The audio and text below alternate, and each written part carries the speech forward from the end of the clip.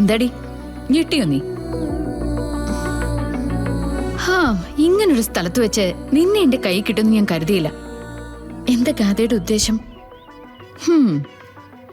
എന്റെ രൂപത്തിലുള്ള ഒരുത്തി ഈ ഭൂമിയിലുണ്ടെന്ന് അറിഞ്ഞ നിമിഷം നിന്നെ ഇല്ലാണ്ടാക്കണമെന്ന് ഞാൻ തീരുമാനിച്ചതാ.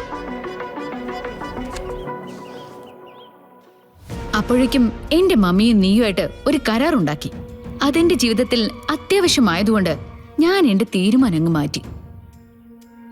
എനിക്ക് പകരം നീ നവീന്റെ താലിക്ക് കഴുത്ത് നീട്ടി. നവീനോടൊപ്പം കളരിക്കല് ചെന്ന് കയറി. അത് കഴിഞ്ഞ് അങ്ങോട്ട് പലപ്പോഴും നിന്റെ ജീവന് വേണ്ടി ഞാൻ കൊതിച്ചതാ.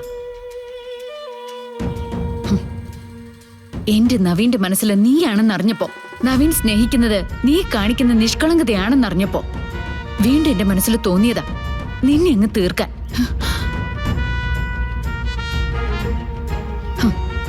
പക്ഷെ നീ മിടിക്ക. എന്നെ മാത്രം സ്നേഹിച്ചിരുന്ന എന്റെ മമ്മിയുടെ മനസ്സിലേക്ക് നീ അങ്ങോട്ട് ഇടിച്ചു കയറി. കളരിക്കൽ വീട്ടുകാരുടെ മനസ്സിലേക്ക് നീ ഇടിച്ചു കയറിയതുപോലെ. നീ നിന്റെ അമ്മയും കൂട്ടി നാട് വിട്ടു പോവാണെന്ന് പറഞ്ഞപ്പോ ശല്യം ഒഴിഞ്ഞുന്ന് ഞാൻ കരുതിയതാ. പക്ഷെ അന്നു മുതലാ ശരിക്കും നീ എന്റെ ശത്രുവായത്. ഒക്കെ ഗാഥയുടെ വെറും തോന്നലുകളാ. എനിക്ക് ഗാഥയോട് ഒരു ശത്രുതയില്ല. നവീനെ ഞാൻ ആഗ്രഹിച്ചിട്ടുമില്ല. നിങ്ങൾ രണ്ടുപേരും ഒരുമിച്ച് ജീവിക്കണമെന്ന് തന്നെ ഞാനും ആഗ്രഹിച്ചിട്ടുള്ളത്.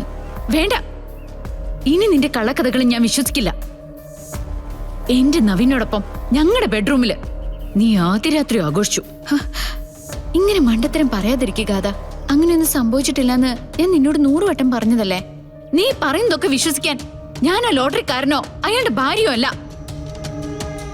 ഇത് ഗാഥ ശ്രീനിവാസ. എന്റെ ജീവിതത്തില് നീ ഒരു നഷ്ടം ഉണ്ടാക്കിയിട്ടുണ്ടെങ്കിലേ അതിന് നിന്റെ ജീവൻ കൊണ്ട് തന്നെ നീ മറുപടി പറയണം.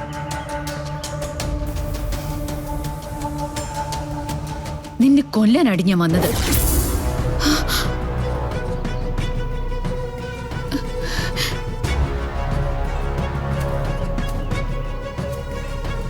ഗാഥ, വേണ്ട, നീ കാണിക്കുന്നത് അബദ്ധാണ്. ഇതുവരെ എനിക്കും എന്റെ മമ്മിക്കും പറ്റിയത് അബദ്ധം. ഇപ്പൊ ഞാൻ ചെയ്യാൻ പോകുന്നതാണ് യഥാർത്ഥത്തിലുള്ള സത്യം. നീ ഇനി ജീവിക്കാൻ പാടില്ല.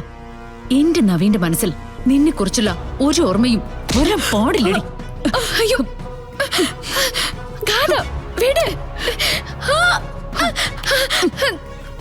അയ്യോ ഗാഥ, ഞാൻ പറയുന്നൊന്ന് കേക്ക്. മോളിക്കുട്ടി, മോളിക്കുട്ടി, മോളിക്കുട്ടി, വിട് ഗാഥ, ഞാൻ പറയുന്നത് കേക്ക്. വിട്, വിട് ഗാഥ, എന്നെ വിട്. ഗാഥ, പ്ലീസ് ഗാഥ, എന്നെ വിട്.